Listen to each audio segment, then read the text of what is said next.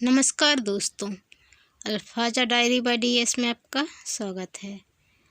आज मैं आपके लिए सुनाने जा रही हूँ सुभद्रा कुमारी चौहान द्वारा लिखी कहानी उन्मादिनी। लोग मुझे उन्मादिनी कहते हैं, क्यों कहते हैं यह तो कहने वाले ही जाने, किंतु मैंने आज तक कोई भी ऐसा काम नहीं किया है जिसमें उन्माद के लक्षण हों। मैं अपने सभी काम नियम पूर्वक करती हूँ। क्या एक भी दिन मैं उस समाधि पर फूल चढ़ाना भूली हूँ? क्या ऐसी कोई भी संध्या गई है जब मैंने वहाँ दीपक नहीं जलाया है? कौन सा ऐसा सवेरा हुआ है जब ओस से धुली हुई नई नई कलियों से मैंने उस समाधि को नहीं ढक दिया? फिर भी मैं उन्मादिनी हूँ। यदि अपने किसी आत्मीय के सच्चे और निस्वार्थ प्रेम को समझने और उसके मूल्य करने को ही उन्माद कहते हैं, तो ईश्वर ऐसा उन्माद सभी को दे। क्या कहा वह मेरा कौन था, यह तो मैं भी नहीं कह सकती, पर कोई था अवश्य, और ऐसा था मेरे इतने निकट था कि आज वह समाधि में सोया है और मैं बावली की तरह उसके आसपास फेरे देती हूँ। उसकी और मेरी कहानी भिन्न भिन्न तो नहीं है, जो कुछ है यही है, सुनो। बचपन से ही मुझे कहानी सुनने का शौक़ था। मैं बहुत सी कहानियाँ सुना करती और मुझे उनका वह भाग बहुत ही प्रिय लगता जहाँ किसी युवक की वीरता का वर्णन होता। मैंने वीरता की परिभाषा अपनी अलग ही बना ली थी। यदि कोई युवक किसी शेर को भी मार डाले तो मुझे वह वीर न मालूम होता। मेरा हृदय सुनकर उछलने न लगता। किंतु यदि किसी युवती को बचाने के लिए वह किसी कुत्ते की टांग ही क्यों न तोड़ दे, तो मुझे बड़ा बहादुर मालूम होता। मेरा हृदय प्रसन्नता से उछलने लगता। पहले उदाहरण में स्वार्थ था, क्रूरता थी और थी नीरसता। इसके विपरीत दूसरे उदाहरण में एक तरफ थी भय त्रस्त हरिणी की तरह दो आँखें और हृदय से उठने वाली अमोघ प्रार्थना, और दूसरी ओर थी रक्षा करने की स्फूर्ति, वीर प्रमाणित होने की पवित्र आकांक्षा और विजय की लालसा। इन सब के ऊपर स्नेह का मधुर आवरण था, जो इस चित्र को और भी सुंदर बना रहा था। कहानी प्रेम ने मेरे हृदय को एक काल्पनिक कहानी की नायिका बनने को आतुरता में उड़ना सिखला दिया था। जवानी आई और उसी के साथ मेरी कहानी की आशा भी। यूँ तो शीशे में अपना मुँह रोज ही देखा जाता है, परंतु आँखें कभी कभी केवल अपने को ही देखती रह जाती हैं। गहरे अंधेरे में बंद हृदय भी कदाचित अपना स्वरूप दर्पण में देखने के लिए मचलने लगता है, आँखों से लड़ जाता है और उसके सौंदर्य समाधि को तोड़ देता है। मैंने सुना है कि एक समय ऐसा आता है जब क्रूप से क्रूप व्यक्ति भी अपने को सुंदर समझने लगता है। फिर मैं तो सुंदरी थी ही। बचपन में माँ मुझे प्यार से मेरी सोना, मेरी हीरा, मेरी चांद कहा करती थीं। वहीं बड़ी होने पर एक दिन कलूटी कंदन ने मुझसे लड़ाई में कह दिया कि हम तुम्हारी सरीखा गोरा गोरा मुँह कहाँ से लावें। बेचारा कुंदन, क्या जाने कि उसने इन शब्दों से कौन सा जादू फूंक दिया कि फिर मैं उससे लड़ न सकी। इस बात के उत्तर में उसे पत्थर फेंककर मार न सकी।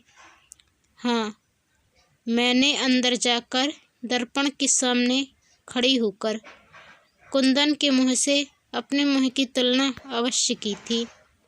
सचमुच मेरा मुँह बहुत गोरा था, परंतु कुंदन भी तो काला ना था, सांवला था, और मुझे सांवले पुरुष ही अच्छे लगते थे।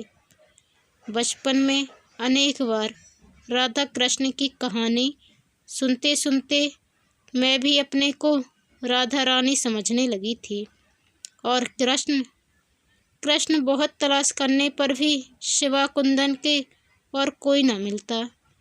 कुंदन बांसुरी भी बजाता था और सांवला भी था, फिर भला मेरा कृष्ण सिवा कुंदन के और हो ही कौन सकता था। युवती होने पर मेरे विवाह की चर्चा स्वाभाविक थी।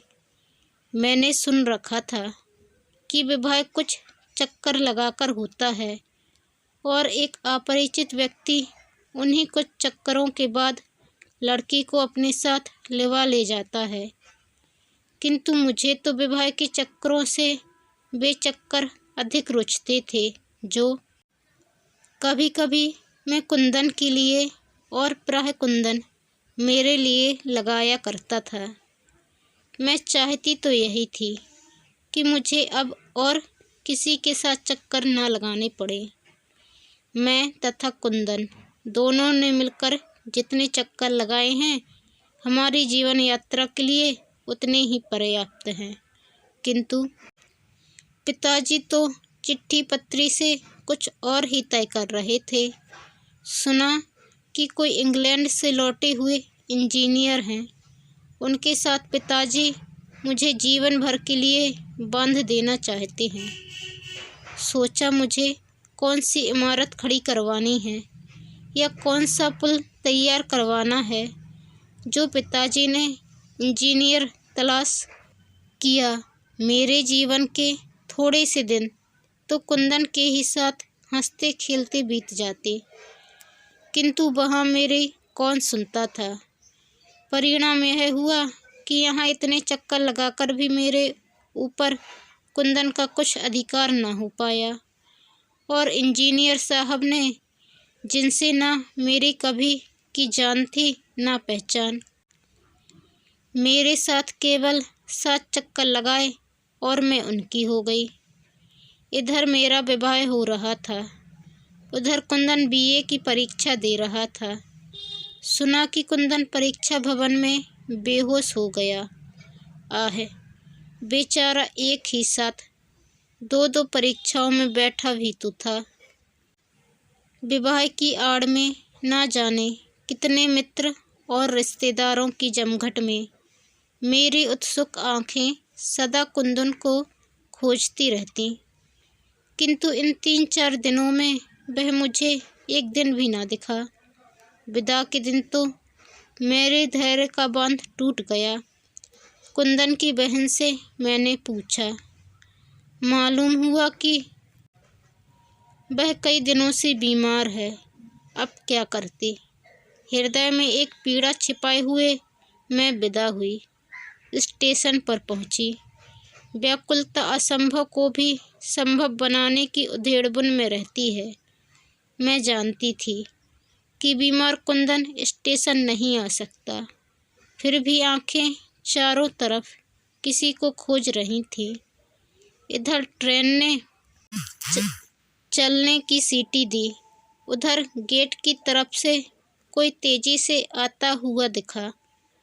आँखों ने कहा, कुंदन है। हृदय ने समर्थन दिया, किंतु मस्तिष्क ने विरोध किया। वह बीमार है, भला स्टेशन पर कैसे आएगा।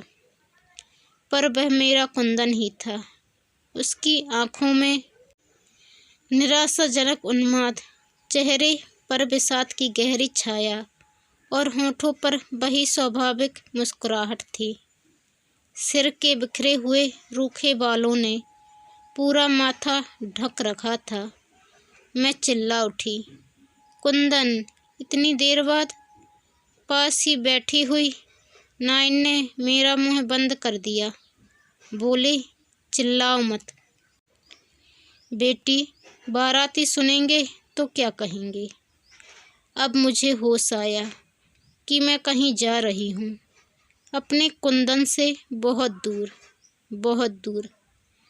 कटे वृक्ष की तरह मैं बेंच पर गिर पड़ी। हृदय जैसे डूबने लगा। ट्रेन चल पड़ी।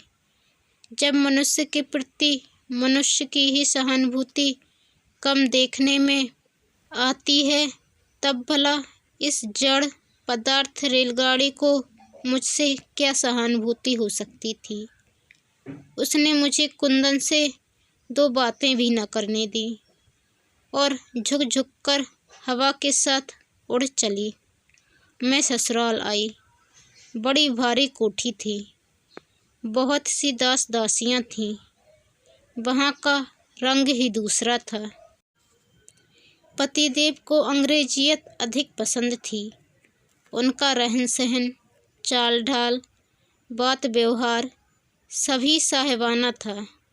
वे हिंदी बहुत कम बोला करते और अंग्रेजी में ज़रा कम समझती थी। इसलिए उनकी बहुत सी बातों में प्राय चुप रह जाया करती थी। उनके स्वभाव में कुछ रूखापन और कठोरता अधिक मात्रा में थी। नौकरों के साथ उनका जो बर्ताव होता, उसे देखकर मैं भय से सिहर उठती थी। वे मुझे प्राय रोज शाम को, कभी सवेरे भी अपने साथ मोटर पर बैठाकर मीलों तक घुमा लाते। अपने साथ सिनेमा और थिएटर भी ले जाया करते। किंतु अपने इस साहब बहादुर के पार्श्व में बैठकर भी मैं कुंदन को न भूल सकती।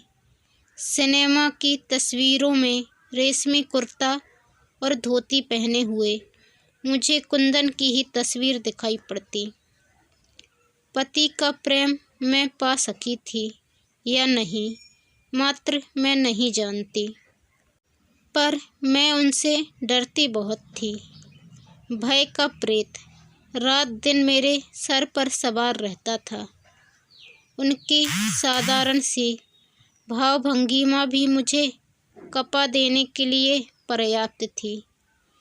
वे मुझसे कभी नाराज न हुए थे। फिर भी उनके समीप मैं सदा यही अनुभव करती कि मैं बंदी हूँ और यहाँ जबरदस्ती पकड़कर लाई गई हूँ। इस ऐश्वर्य की चकाचौंध और विभूतियों के साम्राज्य में भी मैं अपने बाल सखा कुंदन को न भूल सकी। मैके की स्वच्छंद वायु में कुंदन के साथ खेलना, लड़ना झगड़ना और उसकी बांसुरी की ध्वनि मुझे भुलाए से भी न भूलती थी। क्षण भर का भी एकांत पाते ही बचपन की सुनहली स्मृतियाँ साकार होकर मेरी आँखों के सामने फिरने लगती। जी चाहता कि इस लोक लज्जा की जंजीर को तोड़कर मैं मैके चली जाऊं। किंतु इसी बीच मेरे छोटे भाई के पत्र से मुझे मालूम हुआ कि कुंदन घर छोड़कर ना जाने कहाँ चला गया है। उसका कहीं पता नहीं है।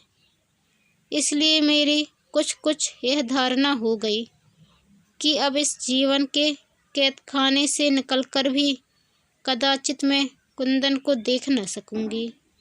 मैके जाने की भी अब मुझे उत्सुकता न थी। अब तो किसी भी प्रकार अपने दिन काटने थे। ना तो जीवन से ही कुछ आकर्षण था और न किसी के प्रति किसी तरह का अनुराग ही शेष रह गया था। पर काठ की पुतली की तरह सास और पति की आज्ञाओं का पालन करती हुई नियम से खाती पीती थी, स्नान और श्रृंगार करती थी और भी जो उनकी आज्ञा होती उसका पालन करती। इसी समय एक ऐसी घटना हुई जिससे मेरी सोई हुई स्मृतियाँ फिर से जाग उठीं। मेरा उन्माद और बढ़ गया। एक दिन दोपहर के बाद मैं अपने छज्जे पर खड़ी हुई अन्मयस्क भाव से बाहर सड़क से आने जाने वाले लोगों को देख रही थी।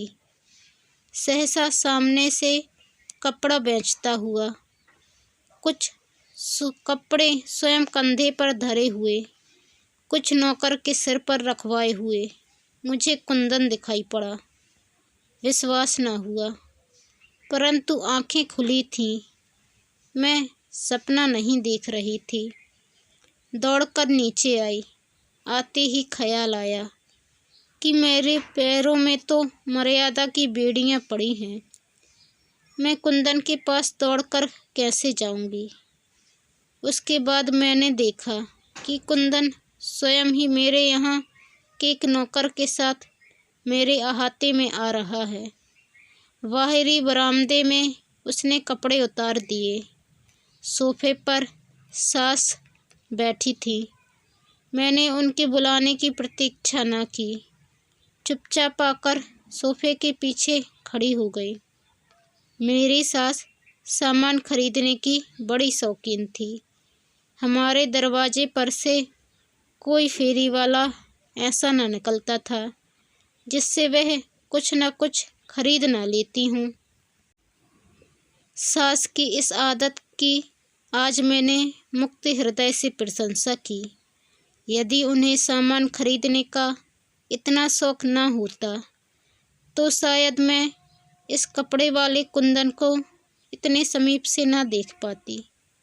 मुझे अपने पीछे देखकर वह हंसकर बोली, बहू क्या लेना है? जो कुछ लेना हो अपने लिए पसंद कर लो। बेचारी सास क्या जानती थी कि कपड़ों से अधिक मुझे कपड़े वाला पसंद है। फिर भी उनके आग्रह से मैंने 2 शांतिपुरी साड़ियाँ ले लीं। उन्होंने भी अपने लिए कुछ साड़ियाँ खरीदी। उसे दाम देकर और कई तरह की साड़ियाँ लाने के लिए कहकर सास ने उसे विदा किया। कुंदन में बड़ा परिवर्तन था। अब वह बहुत दुबला और अधिक सांवला हो गया था। चेहरे पर वह लालिमा न थी, किंतु वही मन स्तिवा और तेज टपक रहा था जो पहले था। इस घटना को करीब 1 महीना बीत गया। लगातार प्रतीक्षा करते रहने के बावजूद मैं कुंदन को देख न सकी। जेठ का महीना था। बगीचे का एक माली छुट्टी पर गया था। बूढ़ा माली एक मेहनती आदमी की तलाश में था। 4 बजे तक घर में बंद रहकर गर्मी के कारण घबराकर मैं अपनी सास के साथ बगीचे में चली गई। वहीं बगीचे में मौलसिरी की घनी छाया में चबूतरे पर मैं सास के साथ बैठी थी। बार बार यही सोचती थी कि कुंदन कहाँ चला गया, कपड़ा लेकर फिर क्यों नहीं आया, बीमार तो नहीं पड़ गया, और अगर बीमार हो गया होगा तो उसकी देखभाल कौन करता होगा। मेरी आंखों में आंसू आ गए।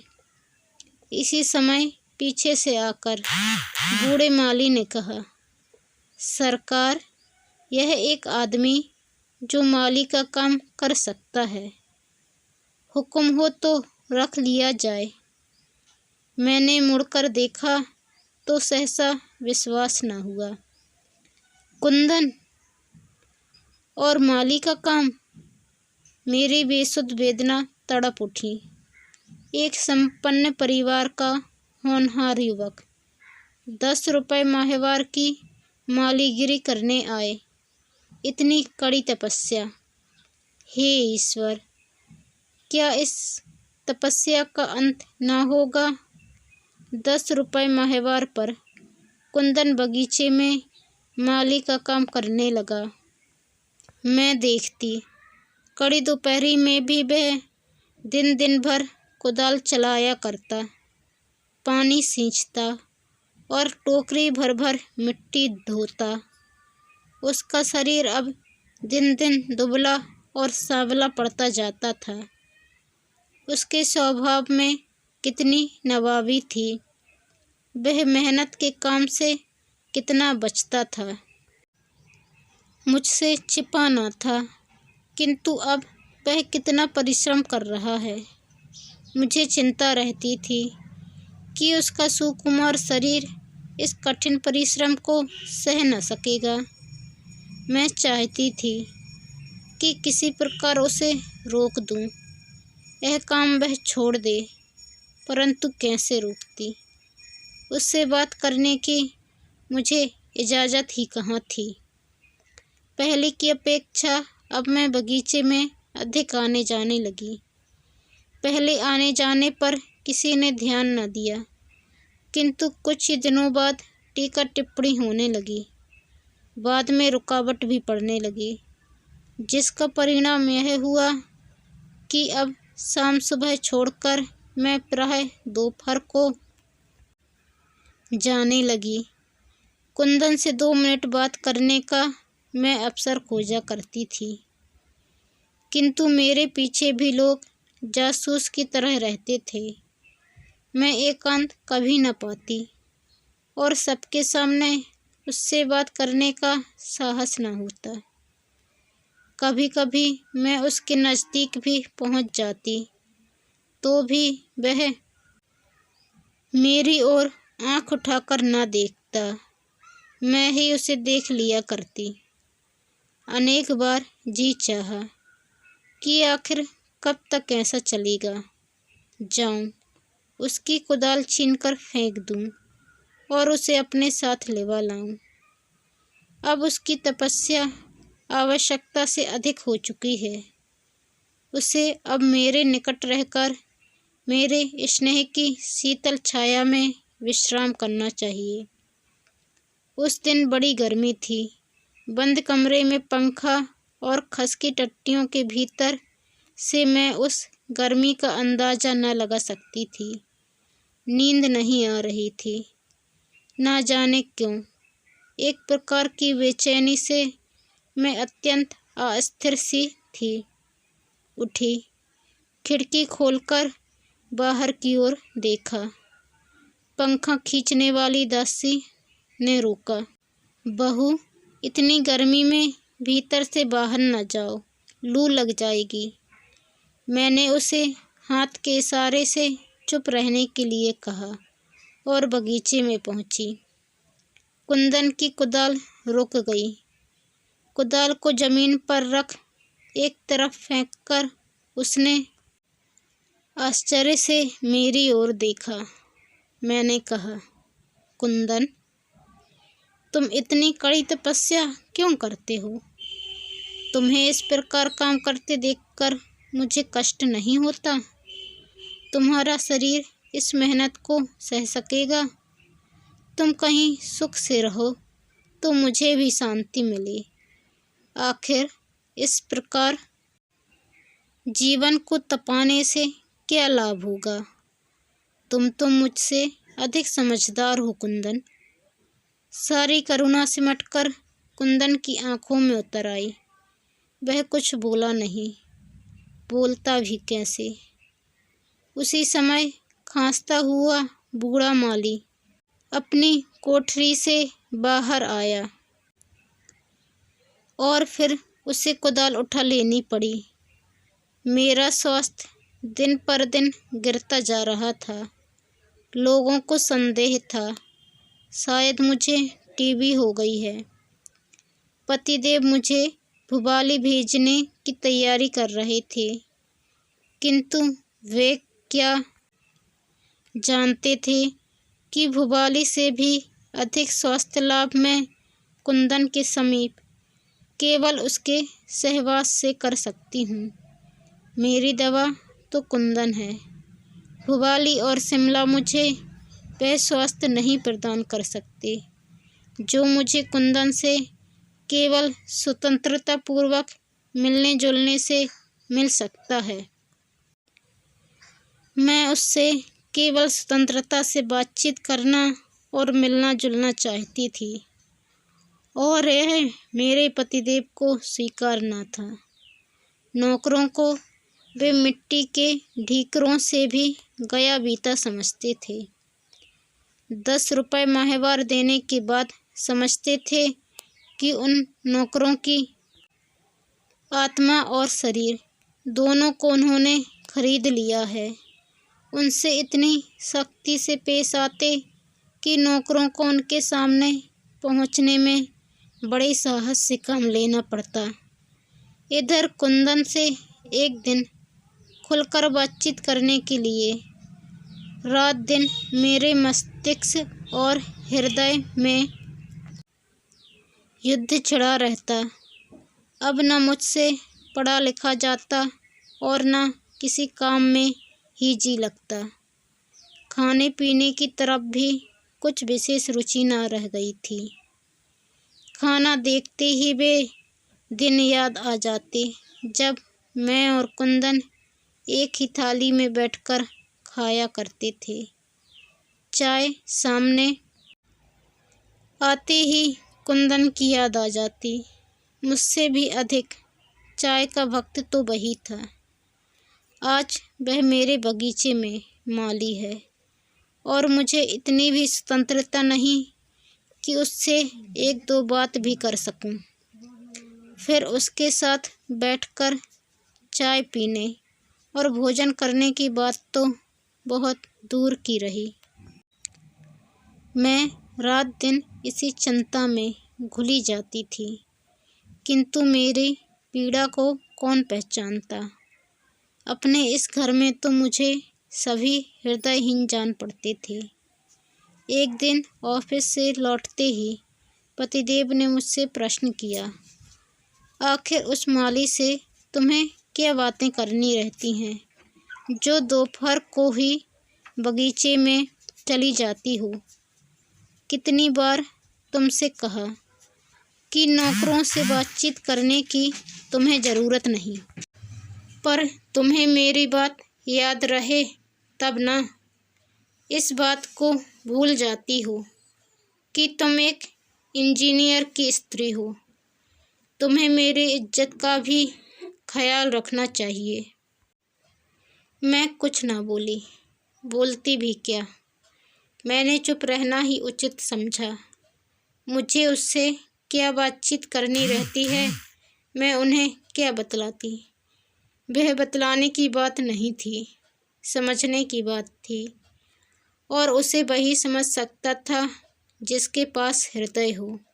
जिसके पास हृदय ही ना हो, वह हृदय की बात क्या समझे। मेरी इस चुप्पी का अर्थ उन्होंने चाहे जो लगाया हो, किंतु उनकी इस बाधा से मुझे बड़ी वेदना हुई। कुंदन से 2-4 मिनट बात करके ना तो मैं उनका कुछ बिगाड़ देती और ना कुंदन को ही कुछ दे देती। फिर भी कुंदन से मिलने में उन्हें इतनी आपत्ति क्यों थी, कौन जाने। चाहे जो हो, इस बाधा का परिणाम उल्टा ही हुआ। ज्यों-ज्यों मुझे उसके समीप जाने से रोका गया, त्यों-त्यों उसके पास पहुंचने के लिए मेरी उत्कंठा प्रबल होती गई। गर्मी की रात थी। बगीचे में बेले इस प्रकार खिले थे जैसे आसमान में तारे फैले हों। मैं उन्हीं बेलों के पास संगमरमर की बेंच पर बैठी थी। कई दिन हो गए थे। कुंदन बगीचे में काम करता हुआ ना दिखा था।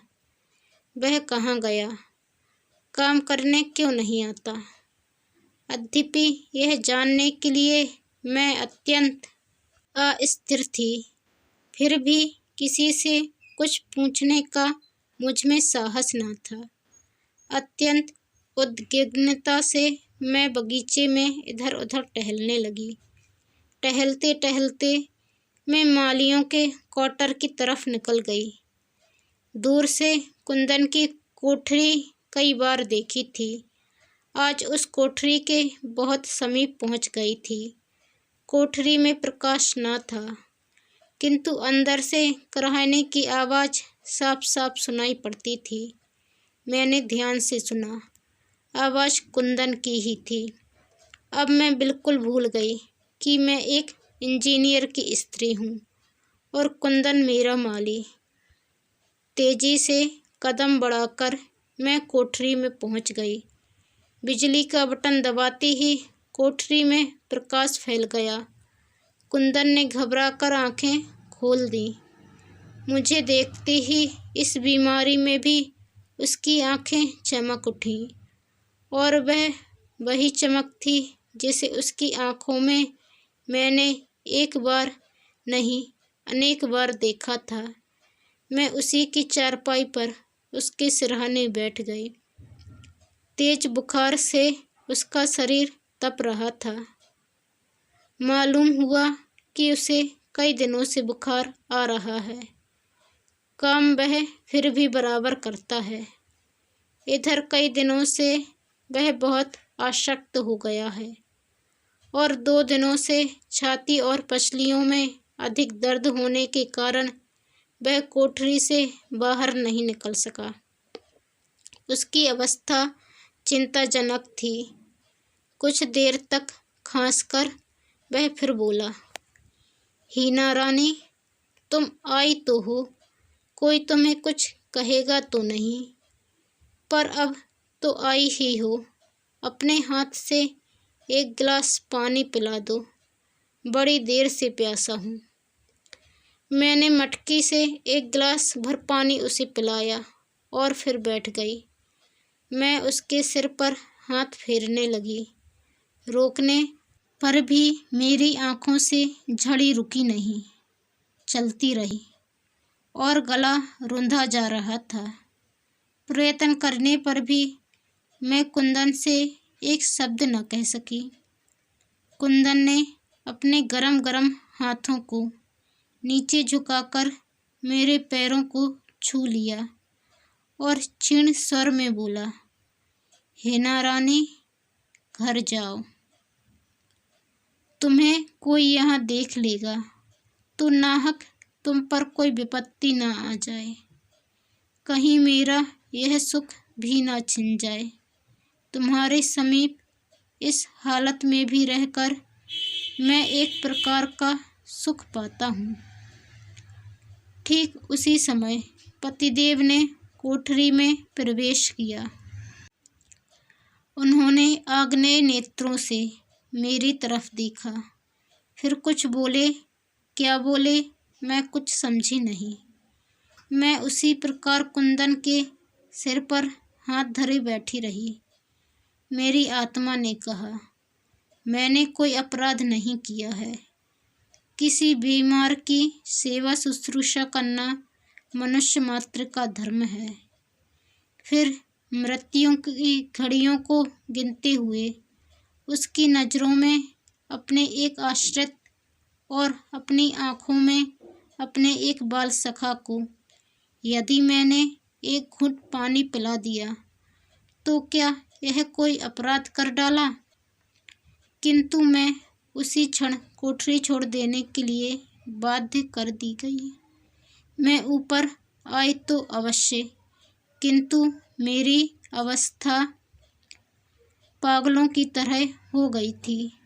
रह रहकर कुंदन की रुग्ण मुखाकृति मेरी आँखों के सामने फिरने लगी। बार बार ऐसा मालूम होता कि कुंदन एक घूंट पानी के लिए चिल्ला रहा है। पतिदेव सोए थे, मैं भी एक तरफ पड़ी थी, पर मेरी आँखों में नींद कहाँ उठी और छज्जे पर बेचैनी से टहलने लगी।